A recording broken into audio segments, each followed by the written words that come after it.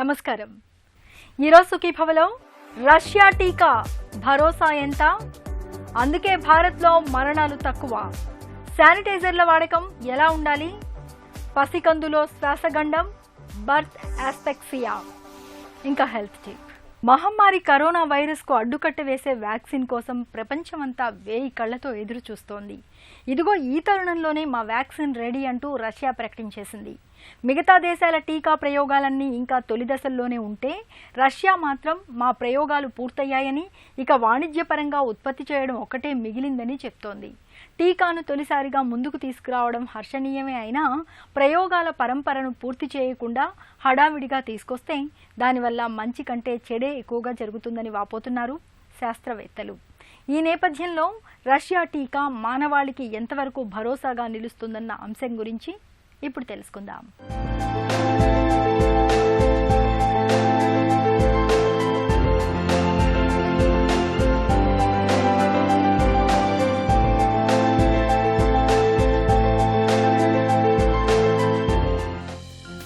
చికిత్స కంటే నివారణ ముఖ్యం అన్నది వైద్య నానుడి.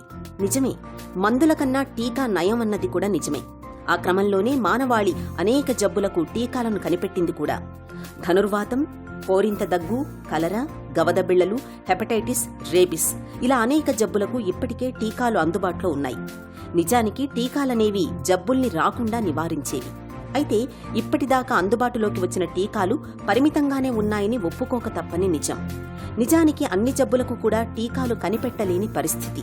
ఎందుకంటే ఒక జబ్బు తాలూకు వైరస్ తనను తాను మార్చుకోవడం మొదలు పెడితే వాటికి టీకాలు తయారు చేయడం కాస్త కష్టసాధ్యంగా మారుతుంది. కరోనా విషయంలో ఈ మధ్య ప్రకటించిన రష్యా వ్యాక్సిన్ అందరికీ పనిచేస్తుందా అన్నది అందరికీ వస్తున్న అనుమానం.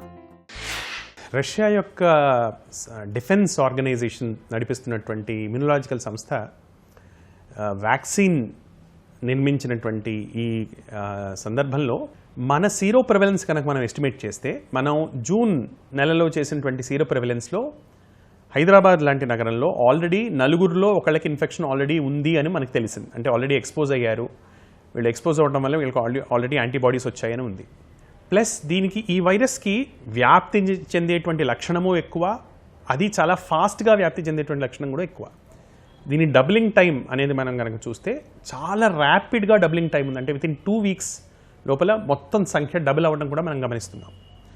సో ఈ అంచనాలను బట్టి చూస్తే ప్రాబబ్లీ సెప్టెంబర్ నెల నాటికి లేదా సెప్టెంబర్ నెల మధ్యకి మన సమాజంలో ఉన్నటువంటి 10 మందిలో దాదాపు 7 నుంచి 8 మంది ఆల్రెడీ ఈ వైరస్కి ఎక్స్పోజ్ అయిపోయి ఉంటారు. సో ఆల్రెడీ వైరస్కి ఎక్స్పోజ్ అయిన తర్వాత either వాళ్ళకి వ్యాధి రావడం జరుగుతుంది లేదా ఇమ్యూనిటీ రావడం జరుగుతుంది. ఆల్రెడీ ఎక్స్పోజ్ అయినటువంటి వాళ్ళకి జనరల్గా వ్యాక్సిన్ యొక్క అవసరం ఉండదు, నెంబర్ 1. రెండవది, వ్యాధి వచ్చిన తర్వాత కూడా ఇప్పటిదాకా మనకు తెలిసింది ఏంటంటే 3 నెలల వరకే యాంటీబాడీస్ ఉంటున్నాయి, 3 నెలల తర్వాత యాంటీబాడీస్ తగ్గిపోయేటువంటి అవకాశాలు ఉన్నాయి. So short term humoral immunity ఉంటుంది అన్నటువంటి విషయం అనే అంశాన్ని వివిధ స్టడీస్ మనకి ప్రస్తావిస్తున్నాయి. సో షార్ట్ టర్మ్ జబ్బుతోనే షార్ట్ టర్మ్ ఇమ్యూనిటీ ఉన్నటువంటి డిజీజ్ వ్యాక్సిన్తో ఎంతవరకు అది ప్రొటెక్షన్ ఇస్తుంది, దానికి లాంగ్ టర్మ్ ప్రొటెక్షన్ ఎంత అనేది ఎస్టాబ్లిష్ అయితే తప్ప దాంతో మనకి యాడెడ్ అడ్వాంటేజ్ అనేది ఉండదు. సో మనం పరిగెత్తుకొని వెళ్ళి వ్యాక్సిన్ కోసం వెతకాల్సినటువంటి అవసరం మనకి కనిపించదు అటువంటి సందర్భంలో. మూడో అంశానికి వస్తే, ప్రతి వ్యాక్సిన్కి సైడ్ ఎఫెక్ట్స్ అనేవి, దుష్పరిణామాలు అనేవి కూడా మనం చూస్తుంటాం. ఫేజ్ 3 ట్రయల్స్ లోపల, అంటే వ్యాక్సిన్ యొక్క ఫేజ్ 3 లోపల లాంగ్ టర్మ్ చాలామందిలో వ్యాక్సిన్ ఇచ్చి హెల్తీ వాళ్ళలో దాని long term, short term effects, long term effects study చేయడం జరుగుతుంది. ఈ అవగాహన లేకుండా ఎప్పుడూ మనం వ్యాక్సిన్ తొందరపడి తీసుకోవటం వలన మనకి నష్టం కూడా కలగవచ్చు. కరోనా వైరస్కు రష్యా తయారు చేసిన వ్యాక్సిన్కి స్పుత్నిక్ వి అని పేరు పెట్టారు. స్వయానా తన కూతురికే ఈ వ్యాక్సిన్ ఇచ్చినట్టు కూడా ఆ దేశ అధ్యక్షుడు ప్రకటించాడు. అయితే సాధారణంగా ఏ వైరస్కైనా నిబంధనల ప్రకారం అన్ని స్టేజీలు దాటుకుని టీకా రావడానికి కనీసం 16 నెలలు పడుతుందన్నది వైద్యులు చెప్పే మాట. అయితే కరోనా కాలమన్నది నిజానికి ఎమర్జెన్సీ కాబట్టి ఆగమేఘాల మీద ప్రపంచవ్యాప్తంగా పరిశోధనలు జరుగుతున్న విషయం తెలిసిందే. ప్రపంచ ఆరోగ్య సంస్థ ప్రకారమే దాదాపు 9 టీకా పరిశోధనలు అడ్వాన్స్డ్ దశలో ఉన్నాయని, అందులో రష్యన్ టీకా ఊసు లేదని ప్రకటించడం మరో గందరగోళానికి తెరతీసింది. భౌగోళిక పరిస్థితిని, అక్కడ జీవించే మానవ తెగలను బట్టి కూడా టీకా పనిచేసే తీరు మారుతుందనేది తెలిసిన విషయమే.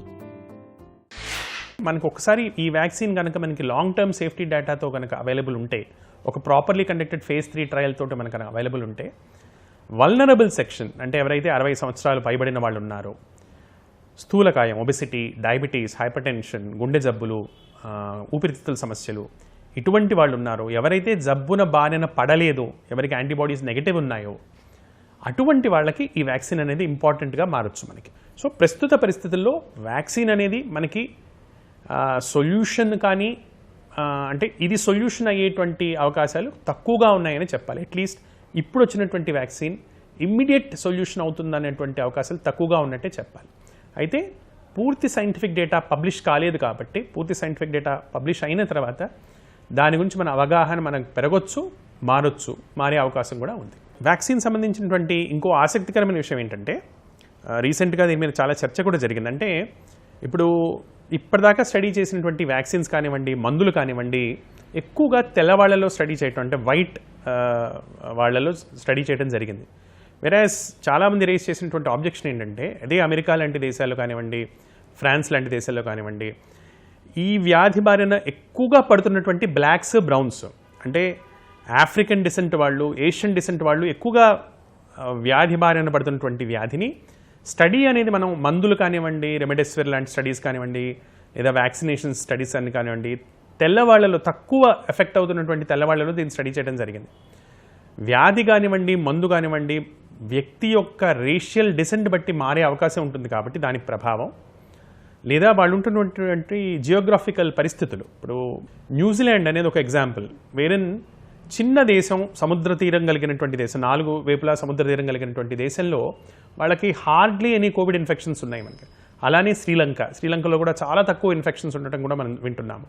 అలానే తైవాన్, చైనా పక్కనే ఉన్నప్పటికీ తైవాన్లో ఇన్ఫెక్షన్స్ అనేవి చాలా తక్కువగా ఉండటం మనం వింటున్నాం. సో భౌగోళిక పరిస్థితులు బట్టి కూడా వ్యాధి మారుతున్నప్పుడు అది, అలానే మందు కానీ వ్యాక్సిన్ కూడా భౌగోళిక పరిస్థితులు బట్టి కానివ్వండి, లేదా వ్యక్తి యొక్క రేషియల్ డిసెంట్ బట్టి కానివ్వండి, మారేటువంటి అవకాశం ఉండొచ్చు. కనుక దాన్ని ప్రాపర్గా స్టడీ చేయకుండా, అంటే మన ఇండియన్స్లో దాన్ని స్టడీ చేయకుండా మనం పరిగెత్తి వచ్చింది కాబట్టి తీసేసుకోవటం అనేది కరెక్ట్ స్ట్రాటజీ కాదని మా అభిప్రాయం. నిజానికి కరోనా విషయంలో రష్యన్ వ్యాక్సిన్ ప్రకటన అనేది ఆహ్వానించదగ్గ విషయమే. ప్రజలకు అది ఎంతో భరోసానిచ్చింది. అయితే నిబంధనల ప్రకారమే టీకా తయారయ్యిందా, అది అందరికీ పనిచేస్తుందా, ఏ సైడ్ ఎఫెక్ట్స్ ఉండవా అనేది కొంతకాలం ఆగితే కానీ తెలియదు. కరోనా చెలరేగిపోతున్న కల్లోల కాలం ఇది. ఏది ముట్టుకోవాలన్నా భయపడిపోతున్నాం. వైరస్ భయంతో తరచూ చేతుల్ని శుభ్రం చేసుకుంటున్నాం. ఇంటిని, టాయిలెట్లను, పరిసరాలని శుభ్రంగా ఉంచుకుంటున్నాం. ఈ అలవాట్లన్నీ మంచివే, కానీ శుభ్రత పేరుతో అతి చేస్తే లేని సమస్యలు వచ్చి పడతాయని హెచ్చరిస్తున్నారు శాస్త్రవేత్తలు. ముఖ్యంగా శానిటైజర్లను అతిగా వాడితే వాటి మూలంగా మన చర్మానికి, శ్వాసకోశాలకు సమస్యల బెడద పెరుగుతుంది. శానిటైజర్ల వాడకం ఎలా ఉండాలో, ఎలాంటి జాగ్రత్తలు తీసుకోవాలో ఇప్పుడు తెలుసుకుందాం.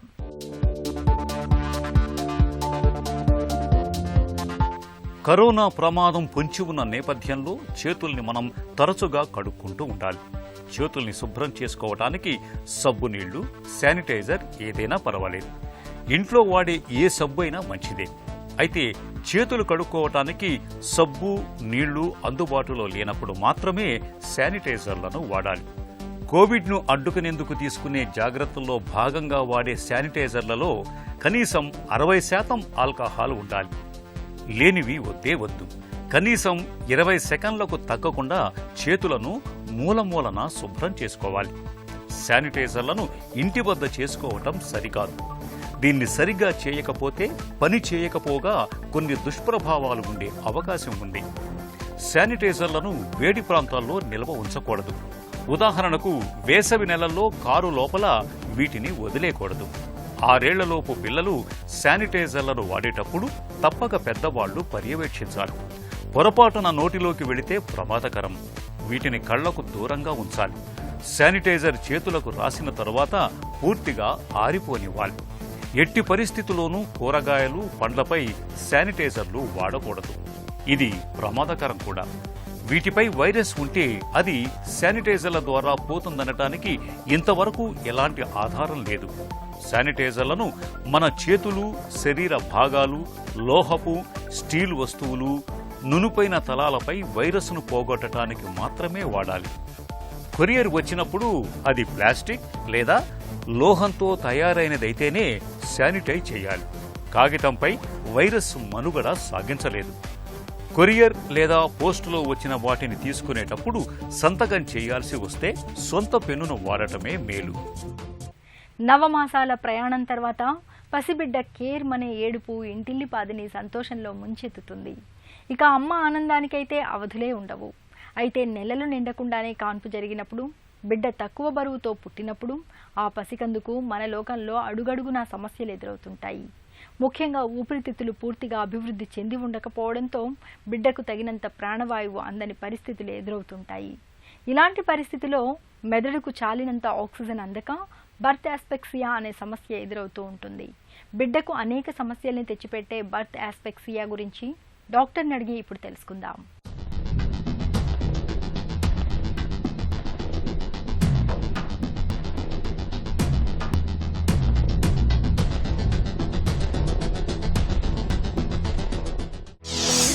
బర్త్ ఆస్పెక్సియా అంటే ఏంటి? Birth asphyxia, in other words hypoxic ischemic encephalopathy అంటారు. దాని టర్మ్కి మీనింగ్ ఏంటంటే పుట్టినప్పుడు ఆక్సిజన్ బేబీకి అందకపోవటం అనమాట. సో దానికి ఏంటంటే hypoxic ischemic encephalopathy, in other words. అది హైపాక్సియా అంటే నాట్ ఇనఫ్ ఆక్సిజన్ అని, అట్లాగే ఇష్కెమిక్ అంటే కనుక నాట్ ఇనఫ్ బ్లడ్ ఫ్లో అని, ఎన్కెఫలోపతి అంటే is like brain disorder. So బ్రెయిన్కి ఆక్సిజన్ అందకపోవటము, బ్లడ్ ఫ్లో సరిగ్గా వెళ్ళకపోవటం వలన బ్రెయిన్ ఎఫెక్ట్ అవటాన్ని హైపాక్సిక్ ఇష్కెమిక్ ఎన్కెఫలోపతి అంటారు. పసిబిడ్డలో బర్త్ ఆస్పెక్సియా అనేది ఎందుకు వస్తుంది? మదర్కి రెస్పిరేటరీ వైజ్ అంటే లంగ్స్ విధంగా ఏదైనా ప్రాబ్లం ఉన్నా, తర్వాత మదర్కి నిమోనియా కానీ అట్లా ఉన్నా, మదర్కి ఏమైనా హార్ట్ డిసీజ్ ఉండి ఆక్సిజన్ సప్లై అది సరిగా లేకపోయినా, అది మదర్కి ఏమైనా హార్ట్ ఫెయిల్యూర్ ఉన్నా, లేకపోతే బ్లడ్ ప్రెషర్ అది డ్రాప్ అయినా, హైపర్ టెన్షన్ ఉన్న మదర్కి దానివల్ల ఏంటంటే ఈ సర్క్యులేషన్ ఆక్సిజన్తో కూడిన బ్లడ్ ప్లసెంటా ద్వారా బేబీకి వెళ్ళాలి. ఆ సర్క్యులేషన్ ఎఫెక్ట్ అవుతుంది. డ్యూరింగ్ డెలివరీ అప్పుడు మరి ప్రొలాంగ్డ్ లేబర్, ఎక్కువ టైం ఉమ్మునీరు పడిపోయింది, ఎక్కువ టైం డెలివరీ అవటానికి టైం తీసుకున్నా, తర్వాత డిఫికల్ట్ డెలివరీ అయినా, అంటే ఇన్స్ట్రుమెంటేషన్ యూజ్ చేయాల్సిన అవసరం అయినా, తర్వాత ప్లసెంటల్ ఇన్సఫిషియన్సీ అంటారు. అంటే ప్లసెంటా అంటే బేబీని కి సర్క్యులేషన్ ఇచ్చే దాన్ని భాగాన్ని ప్లసెంటా అంటారు. ఆ ప్లసెంటల్ సర్క్యులేషన్ ఆక్సిజన్తో కూడిన బ్లడ్ సరిగ్గా వెళ్ళకపోవటం వల్ల బేబీకి ఈ బర్త్ ఆస్ఫిక్సియా, ఈ హెచ్ఐఎన్ ప్రాబ్లం రావచ్చు అనమాట. అలాగే పుట్టిన తర్వాత కూడా ఈ బర్త్ ఆస్ఫిక్సియా అంటే ఫర్ ఎగ్జాంపుల్ మెకోనిమ్ ఆస్పిరేషన్ అంటే ఉమ్మునీరుతో కలిసి మోషన్ను ఒకటప్పుడు ఆస్పిరేట్ చేసుకుంటారు, లంగ్స్లోకి వెళ్తుందనమాట. అది ఊపిరితిత్తులోకి వెళ్ళినప్పుడు శ్వాస విధంగా ఇబ్బంది వచ్చి ఒకటప్పుడు శ్వాస తీసుకోలేని పరిస్థితి వస్తుంది. సో దానివల్ల ఆక్సిజన్ అది సరిగ్గా లోపలికి ఊపిరితిత్తులో నుంచి బ్లడ్లోకి సరిగ్గా వెళ్ళకపోవటము, అక్కడి నుంచి బ్రెయిన్లోకి ఆక్సిజన్తో కూడిన బ్లడ్ ఫ్లో అది సరిగా లేకపోవటం వల్ల, ఆక్సిజన్ సరిగా వెళ్ళకపోవటం వల్ల బేబీకి ఈ ప్రాబ్లమ్స్ వస్తాయి అన్నమాట. బర్త్ ఆస్ఫిక్సియాతో తీవ్రస్థాయి సమస్యలు ఏమైనా ఎదురవుతాయా?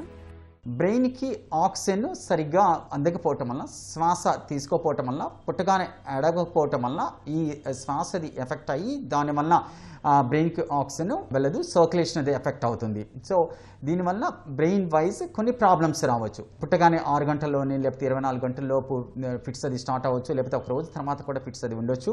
వీళ్ళకి ఏంటంటే శ్వాస విధంగా అతను ఇబ్బంది వచ్చినప్పుడు, శ్వాస తీసుకెళ్ళిన పరిస్థితి వచ్చినప్పుడు, సో వాళ్ళని ఆక్సిజన్ మీద పెట్టుకోవటము, రెస్పిరేటరీ ఫెయిల్యూర్లోకి వెళ్తే కనుక, లంగ్స్ శ్వాస తీసుకునే పరిస్థితి లేకపోతే కనుక అటువంటి వాళ్ళని వెంటిలేటర్ మీద పెట్టుకుని నీనటల్ ఇంటెన్సివ్ కేర్ యూనిట్లో ట్రీట్ చేయాల్సిన అవసరం ఉంటుంది. సివియర్గా ఉన్నప్పుడు ఏంటంటే కంప్లీట్గా ఫ్లాపీగా మజిల్ టోన్ అది ఏం లేకుండా, యాక్టివిటీ అది ఏం లేకుండా, క్రై అది కూడా చాలా వీక్గా ఉండి వాళ్ళలో ఫిట్స్ అది కూడా రావచ్చు. బర్త్ ఆస్ఫిక్సియాను ఎలా నిర్ధారించుకుంటారు? ఇనీషియల్గా బ్లడ్లో గ్లూకోజ్ లెవెల్స్ ఎలా ఉన్నాయో చూసుకోవాలి. అట్లాగే బ్లడ్ గ్యాస్ అంటే బ్లడ్లో ఆక్సిజన్ కాన్సన్ట్రేషన్ ఎలా ఉంది, కార్బన్ డైఆక్సైడ్ ఎలా ఉంది, pH అంటారు, pH ఎలా ఉందో చూసుకోవాలి. కొంతమంది బిళ్ళల్లో ఏంటంటే ఎసిడోసిస్ అంటారు. ఇట్లా హైపాక్సియా ఉన్నప్పుడు బ్రెయిన్కి ఆక్సిజన్ అది సరిగ్గా అందనప్పుడు లోపల బాడీలో యాసిడ్ అది కూడా బ్లడ్లో ఫామ్ అవుతుందన్నమాట. దాన్ని మెటబాలిక్ ఎసిడోసిస్ అంటారు. సో ఆ విధంగా ఎలా ఉందనేది టెస్ట్ ద్వారా మనకు తెలుసుకోవచ్చు. అలాగే కొంతమందిలో ఏంటంటే బ్లడ్ ప్రెషర్ అది డ్రాప్ అవ్వచ్చు. ఇనీషియల్గా ఇటువంటి బేబీస్ని న్యూనిటల్ ఇంటెన్సివ్ కేర్ యూనిట్లో ఉంచి క్లోజ్డ్ మానిటరింగ్ పెట్టుకోవటము, హార్ట్ రేటు, బ్లడ్లో ఆక్సిజన్ శాతము, బ్లడ్ ప్రెషరు, తర్వాత బ్లడ్ సర్క్యులేషన్ పర్ఫ్యూషన్ ఎలా ఉందో చూసుకోవటము, దానికి తగినట్టుగా ట్రీట్మెంట్ ఇవ్వటం. ఫర్ ఎగ్జాంపుల్ శ్వాస అది సరిగ్గా లేకపోతే కనుక వెంటిలేటర్ మీద పెట్టాల్సిన అవసరం ఉండొచ్చు. ఇనీషియల్గా ఆక్సిజన్ మీద ట్రై చేస్తాము. దాని తర్వాత వేరే సపోర్ట్, రెస్పిరేటరీ సపోర్ట్ ఉంటుంది, CPAP అంటాము. దాని మీద మెయింటైన్ అవ్వకపోతే వెంటిలేటర్ మీద పెట్టి కృత్రిమ శ్వాస ఇవ్వటం జరుగుతుంది. అలాగే బ్లడ్లో గ్లూకోజ్ లెవెల్స్ కొంతమందిలో డ్రాప్ అవ్వచ్చు. అలాగే బ్లడ్లో కాల్షియం అది కొంతమందిలో డ్రాప్ అవ్వచ్చు. అట్లాగే బ్లడ్ క్లాటింగ్లో కొన్ని తేడాలు రావచ్చు. సో దానికి సంబంధించిన టెస్ట్లు అవి చేసి అకార్డింగ్లీ మనం ట్రీట్ చేయాల్సిన అవసరం ఉంటుంది. బర్త్ ఆస్ఫిక్సియాకు చికిత్స ఎలా ఉంటుంది? బ్లడ్ ప్రెషర్ డ్రాప్ అయినప్పుడు దానికి తగినట్టుగా ట్రీట్మెంట్, నార్మల్ సలైన్ బోలస్ అది ఇవ్వటము, దాని తర్వాత అవసరమైతే కనుక బ్లడ్ ప్రెషర్ మెయింటైన్ అవ్వడానికి ఐనోట్రోప్స్ అంటారు, డ్రగ్స్ యూజ్ చేయాల్సిన నెసెసిటీ కూడా ఉండొచ్చు అనమాట. సో ఇన్ కేస్ ఇటువంటి బేబీస్కి ఫిట్స్ వస్తే రావచ్చు అనమాట. వస్తే కనుక దానికి తగినట్టుగా ఫిట్స్ కంట్రోల్ చేయడానికి మెడికేషన్ యూజ్ చేసి ఫిట్స్ అది కంట్రోల్ చేయాలి. తర్వాత టోటల్ బాడీ కూలింగ్ అంటారు. అంటే ఇటువంటి బేబీస్ని కూలింగ్కి ఒక ఎక్విప్మెంట్ ఉంటుంది. ఆ ఎక్విప్మెంట్లో పెట్టేసి ఒక బ్లాంకెట్, కూలింగ్ బ్లాంకెట్ ఉంటుంది.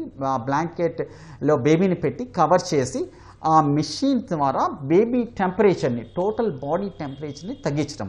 దీనివల్ల ఉపయోగం ఏంటంటే బ్రెయిన్కి ఆల్రెడీ డ్యామేజ్ అయి ఉంటే బ్రెయిన్కి ఆక్సిజన్ అందకపోవటం వలన ఫర్దర్గా బ్రెయిన్ అది ఎఫెక్ట్ అవ్వకుండా ఇది ప్రొటెక్ట్ చేస్తుంది అనమాట, ఈ టోటల్ బాడీ కూలింగ్. దీనివల్ల ఏంటంటే బ్రెయిన్ మెటబాలిజం అది తగ్గి బ్రెయిన్లో ఆ ఫ్రీ రాడికల్స్ ఇంజరీ అది తగ్గుతుంది అనమాట. సో దానివల్ల బ్రెయిన్ సెల్స్ అది ఎఫెక్ట్ అవ్వకుండా ఉంటుంది, సెకండరీగా బ్రెయిన్ ఎఫెక్ట్ అవ్వకుండా ఉంటుంది అనమాట. పుట్టగానే 6 అవర్స్లోనే ఈ కూలింగ్ ట్రీట్మెంట్ అది స్టార్ట్ చేసి బేబీని ఆ టెంపరేచర్ తగ్గించి 3 రోజుల పాటు ఆ టెంపరేచర్లో తను ఉంచి 3 రోజుల తర్వాత 6 గంటల్లో నార్మల్ టెంపరేచర్ వచ్చేటట్టు చేస్తాం అనమాట. సో దీనివల్ల బ్రెయిన్ అది ఫర్దర్గా ఎఫెక్ట్ అవ్వకుండా ఉంటుందని, దాని తర్వాత డెవలప్మెంట్ ప్రాబ్లమ్స్ లేకుండా ఉంటుందని ఇది ఎవిడెన్స్ అనమాట. బర్త్ ఆస్ఫిక్సియాను నివారించే అవకాశం ఉందా? ఇంటికి పంపించేటప్పుడు కూడా ఈ బేబీస్కి మదర్కి చెప్పవలసిన జాగ్రత్తలు ఏంటంటే, ఒకటి ఫీడింగ్ గురించి, మిల్క్ ఫీడింగ్ గురించి అడ్వైస్ ఇవ్వటము, తర్వాత రెగ్యులర్గా టైం ప్రకారం వ్యాక్సినేషన్స్ వేయించుకోవటం అనేది చాలా చాలా ఇంపార్టెంట్. తర్వాత ఇన్ కేస్ ఫిట్స్ వస్తే కనుక తీసుకురామని చెప్పటము, ఫిట్స్ మెడికేషన్ చెప్పినట్టు అది కంటిన్యూ చేయమంటాము.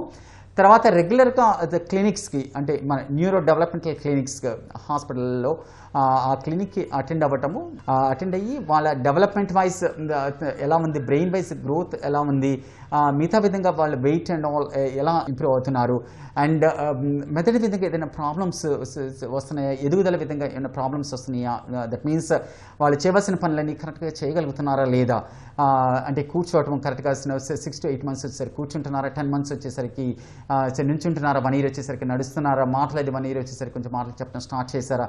సో ఇటువంటి వాటిలో ఏదైనా తేడా ఉందనేది ముందే మనం గమనిస్తే కనుక దానికి తగినట్టుగా ముందే మనం దానికి సంబంధించిన థెరపీస్ ఉంటాయి, అవి స్టార్ట్ చేసుకోవచ్చు. పసిబిడ్డకు ప్రాణవాయువు కొరతను తెచ్చిపెట్టే బర్త్ ఆస్ఫిక్సియా సమస్యకు అసలు మూల కారణాలేంటో, బర్త్ ఆస్ఫిక్సియా సమస్యకు ఎలాంటి చికిత్స అవసరమవుతుందో తెలుసుకున్నాం కదా. ఇక ఈరోజు కార్యక్రమాన్ని ముగించే ముందు ఆంధ్ర హాస్పిటల్ సమర్పించే ఒక చిన్న చిట్కా మీకోసం. షుగర్ జబ్బుతో బాధపడుతున్నప్పుడు ప్రతిరోజు రాత్రిపూట భోజనానికి ముందు 1 స్పూన్ అల్లప్రసానికి కొద్దిగా నిమ్మరసాన్ని కలిపి తీసుకోవడాన్ని అలవాటు చేసుకోండి. షుగర్ చక్కగా అదుపులో ఉంటుంది. సుఖీభవ కార్యక్రమానికి సంబంధించిన మీ విలువైన సలహాలు, సూచనల్ని వెంటనే మాకు రాయండి. మా చిరునామా Sukhibhava, ETV, Ramoji film city, Hyderabad 501512 లేదా sukhibhava@etv.co.in కు ఈమెయిల్ చేయండి.